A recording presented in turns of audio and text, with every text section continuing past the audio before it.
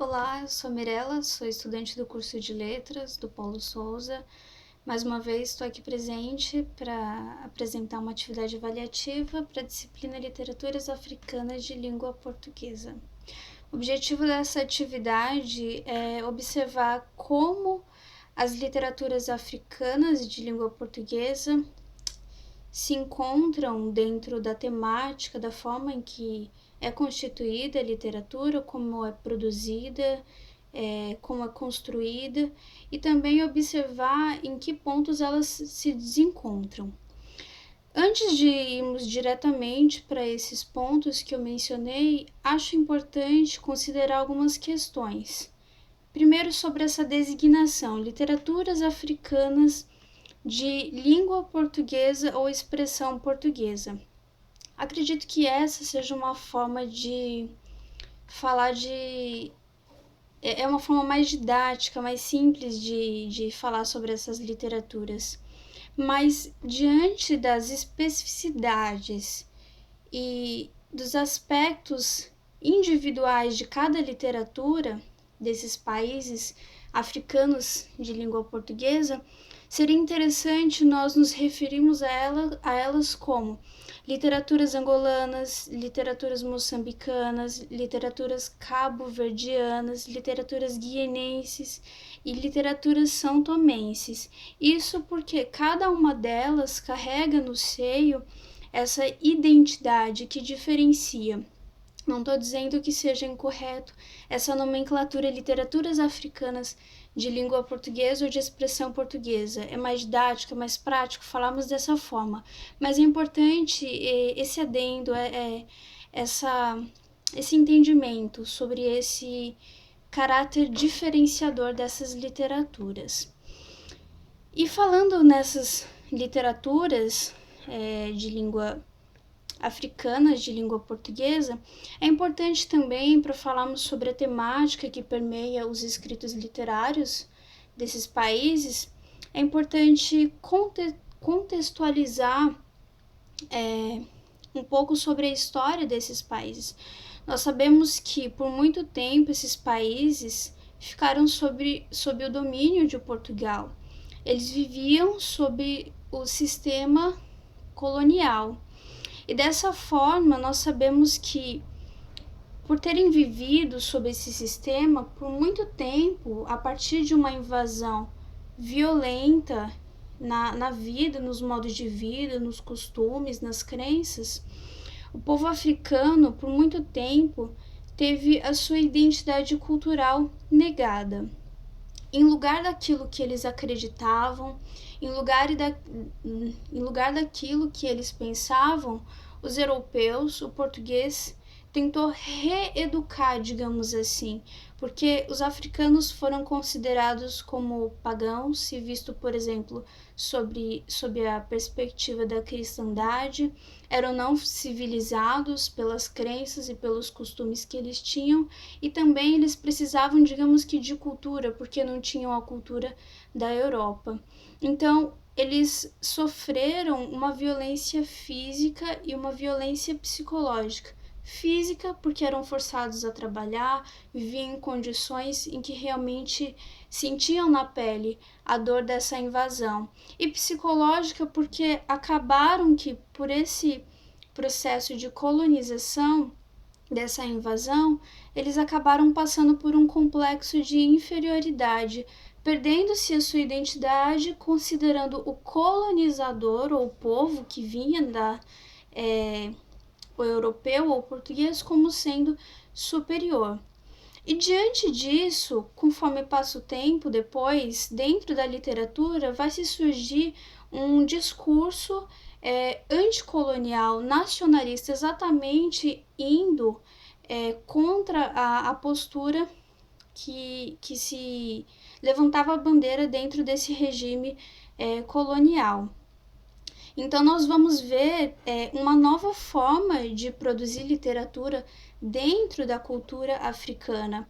E a literatura em si, a literatura africana, ela vai ser um importante instrumento, um importante veículo, não só em falar sobre as histórias, as vivências, as experiências ruins, os horrores do colonialismo, mas também vai ser um instrumento importante para essa ressignificação da identidade cultural, para a reconstrução, digamos assim, e até mesmo a disseminação dessa cultura, não só para aqueles que fazem parte desses países africanos de língua portuguesa, mas também para o mundo.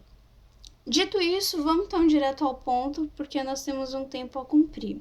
Então, eu separei aqui, eu fiz como se fosse um roteiro, e para seguir uma linha lógica, destacando alguns pontos que são bem característicos de cada literatura, e depois eu gostaria de comentar alguns pontos em que essas literaturas elas se encontram. Em primeiro lugar, eu separei aqui Moçambique. Moçambique ele tem os primeiros textos, é um país que tem os primeiros textos literários na década de 40. E quais são alguns pontos que são bem característicos da literatura de Moçambique? Primeiro ponto que eu coloquei aqui foi a reapropriação da língua. De que forma isso acontece? Vamos pensar, por exemplo, em Minha Couto, um representante muito conhecido da literatura contemporânea de Moçambique. Nós vemos isso, essa reapropriação da língua, através do neologismo. Se a gente observar no conto Cego Estrelinha, nós vamos ver que ele cria palavras, a partir de palavras já existentes, ele cria palavras. Eu achei interessante que numa entrevista, Minha Couto fala por que ele faz isso. Ele disse exatamente assim, abre aspas, invento palavras para que digam coisas que nenhuma outra diz, fecha aspas. Então, é uma característica marcante dos escritos de Minha Couto, mas também é um recurso utilizado de uma forma diferente também por Suleiman Cassamo. Só que nisso, o que diferencia Minha Couto de Suleiman Cassamo nesse recurso da reapropriação da língua é que Minha Couto do português vai brincar, misturar digamos, por exemplo, duas palavras e criar uma nova palavra com um novo significado, e Suleiman Cassamo ele vai utilizar o português junto com outras línguas daquele povo e criar outras palavras. Outra característica também bem marcante da literatura de Moçambique, mas também não só de Moçambique, das outras literaturas africanas, é a tradição da oralidade. Nós sabemos que isso é muito marcante, muito predominante na literatura africana, né? A tradição da oralidade, o contar histórias. E nós vamos ver isso, essa transposição da oralidade na escrita. Nós vamos ver, por exemplo, em alguns contos, em alguns textos, provérbios e ditos populares, né? Então, remontando a tradição oral em registro escrito. Nós vamos ver também um narrador no texto escrito que é um contador de história, relembrando mais uma vez aquela tradição da oralidade. Outra característica também que nós vemos é o gênero híbrido, e também uma que é marcante é o perfil feminino. Gostaria de só fazer um adendo aqui. Não estou me adentrando em cada característica, porque o tempo não permite. Então, de uma forma mais superficial, vou falando e dando alguns exemplos que eu acho que são pertinentes, até porque a gente precisa comprovar que realmente essas características se mostram na literatura, por exemplo, da de Moçambique. Então, o último ponto que eu mencionei foi o perfil feminino. E como é que nós vemos o perfil feminino dentro da literatura de Moçambique? Primeiro exemplo que eu coloquei aqui foi o conto O Perfume, que é de Minha Couto. Nesse conto, nós vemos que é retratado uma realidade particular de Moçambique, que é universal também, mas que se faz presente em Moçambique, que é a cultura patriarcal, a cultura dominante do homem em relação à mulher. Mas nós também vemos o perfil feminino posto na literatura moçambicana de uma outra forma.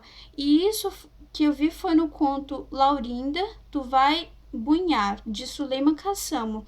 E nesse conto, ele retrata uma mulher forte e como diz certo crítico, como uma portadora da força motriz da sociedade. Então, ao invés de falar da fragilidade da mulher, ele vai falar da mulher como um personagem forte. E nós temos também, dentro da literatura de Moçambique, o gênero conto como predominante. Porque no início, antes, era predominante a poesia, exatamente porque existia um sistema editorial precário. Então, devido a isso, se tornava mais difícil a publicação de textos mais extensos. E depois a predominância do gênero conto, também ainda por causa desse sistema editorial precário, fez com que se produzisse mais textos desse tamanho que inviabilizariam a publicação de obras maiores, como o romance, e também o conto, em lugar, por exemplo, do poema, não que os poemas tenham sido deixados de ser escritos, mas o conto, ele, de uma forma breve, ainda poderia, sim, trazer uma história, um enredo de uma forma intensa, falando da vida, né, do moçambicano, do dia a dia, do cotidiano e do que permeia realmente a cultura daquela sociedade. Então, esses são alguns pontos característicos da literatura de Moçambique. Da literatura de São Tomé, vamos falar um pouco agora. As primeiras produções que se tem da literatura de Moçambique, aliás, de São Tomé, datam da década de 1930. Nós vemos muito marcante nesse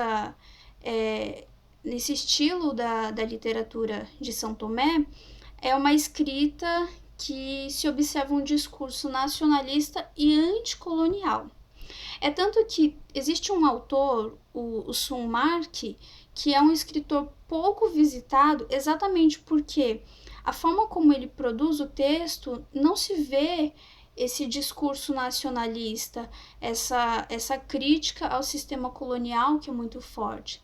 E alguns veem que é como se fosse uma ausência desse espírito que permeia os escritores, mas na verdade isso não tira o valor das obras desse escritor.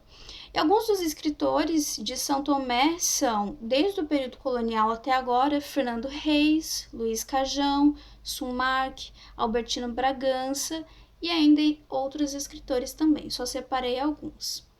Na literatura de Cabo Verde, nós temos como marco da ficção nesse país o romance O Escravo, de José Evaristo. E o tema que é bem recorrente e é característico da literatura cabo-verdiana é a evasão e o regresso. A evasão porque diante de uma situação, diante de enchentes, aliás, de secas, da lestada, de efeitos físicos lá devido à questão do clima, faz com que o povo sinta a necessidade de sair do local, exatamente porque se torna inviável morar nesse local. Só que ao mesmo tempo que ele se vê obrigado, não por escolha, ele se vê obrigado a sair, ele sente no índio o desejo de regresso, de voltar para casa, o desejo de pertencer àquele local, o desejo de se conectar com as raízes, né? Ele se vê na necessidade de sair, não porque ele realmente faz essa escolha de vontade própria, mas porque acaba sendo obrigado. E um exemplo dessa situação, dessa temática que é bem recorrente na literatura cabo-verdiana, é o romance Os Flagelados, de Manuel Lopes. Nós vamos ver que a história que permeia Os Flagelados do Vento Leste, desculpa, não disse o título completo da obra, e o título, ou a temática que permeia, aliás, essa obra é exatamente uma família que resiste aos efeitos da lestada, tentando ainda continuar em Cabo Verde, exatamente aquilo que eu havia dito, né? Apesar de haver enchentes, secas, o homem se sentia obrigado a sair por ser difícil ficar num local nessas condições, ainda assim essa família vai mostrar essa resistência, né, em querer ficar nesse local. E alguns dos escritores de Cabo Verde são Baltazar Lopes, Manuel Ferreira, Manuel Lopes, algumas escritoras, Vera Duarte, Dina Salustio e ainda existem outros. Em Guiné-Bissau, a primeira novela publicada em Guiné-Bissau, mas não por um guinense, foi a novela Auá, novela negra, de Fausto Duarte, que é um cabo-verdiano. O tema que é bastante recorrente na literatura de Guiné-Bissau é a autoafirmação da identidade cultural, né? Nós vimos no início que, devido ao sistema colonial, o africano ele teve a sua identidade perdida, a negação da sua identidade. Então, após o período colonial, pós-colonialismo, via-se essa necessidade de afirmar, autoafirmar para si mesmo, até para aquele povo, a sua identidade, né? Que não havia aquela questão posta dentro do colonialismo, o homem negro, o homem africano inferior em relação ao homem europeu. E alguns escritores de Guiné-Bissau são Odete Semedo, Abdoulaye Sylla, Filinto de Barros e outros também. Então, nós vimos aqui, até o momento, alguns pontos em que essas literaturas elas se diferenciam, mas existem pontos em que elas se encontram, existe um diálogo. Como elas viveram um período sob, aliás, um sistema de exploração, como eu havia dito, um sistema colonial, escravocrata, elas viveram situações de exploração, de violência física, de violência psicológica. E isso se vê dentro da literatura, da temática das suas produções. Apesar de cada local haver as suas diferenças, os seus problemas, as suas realidades, nesse aspecto, essas literaturas se encontram e vão denunciar em seus textos essa realidade dessa exploração, dessa invasão, dos efeitos negativos do sistema colonial. Então, por exemplo, em Moçambique, nós vamos observar isso no romance Portagem, de Orlando Mendes, no texto Godido e Outros Contos, de João Dias. Em São Tomé, nós vamos ver isso no romance Estufa, de Luiz Cajão, que até mesmo pela temática que ele fala sobre a questão da exploração e do racismo, esse texto dele, esse romance dele foi censurado pelo governador na época, né?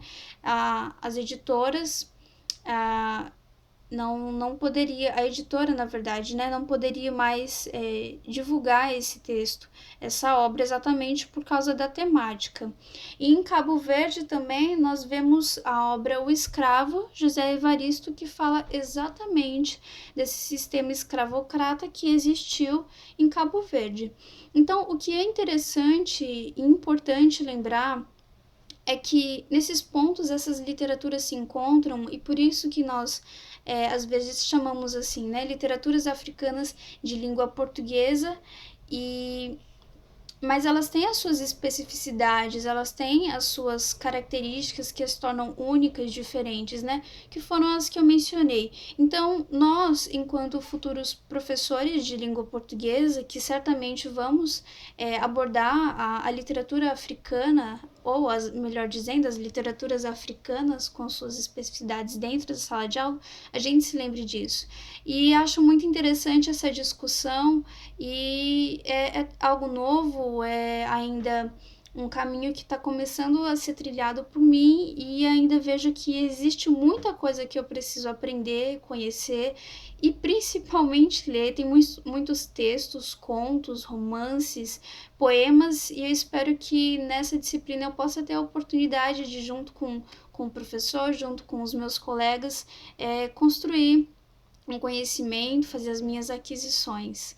Eu peço desculpa, passei do tempo, porque é um tema realmente muito interessante, instigante, e espero também que os meus colegas possam assistir esse vídeo e que seja de alguma forma venha somar no conhecimento de vocês, ou talvez trazer à tona aí alguma discussão.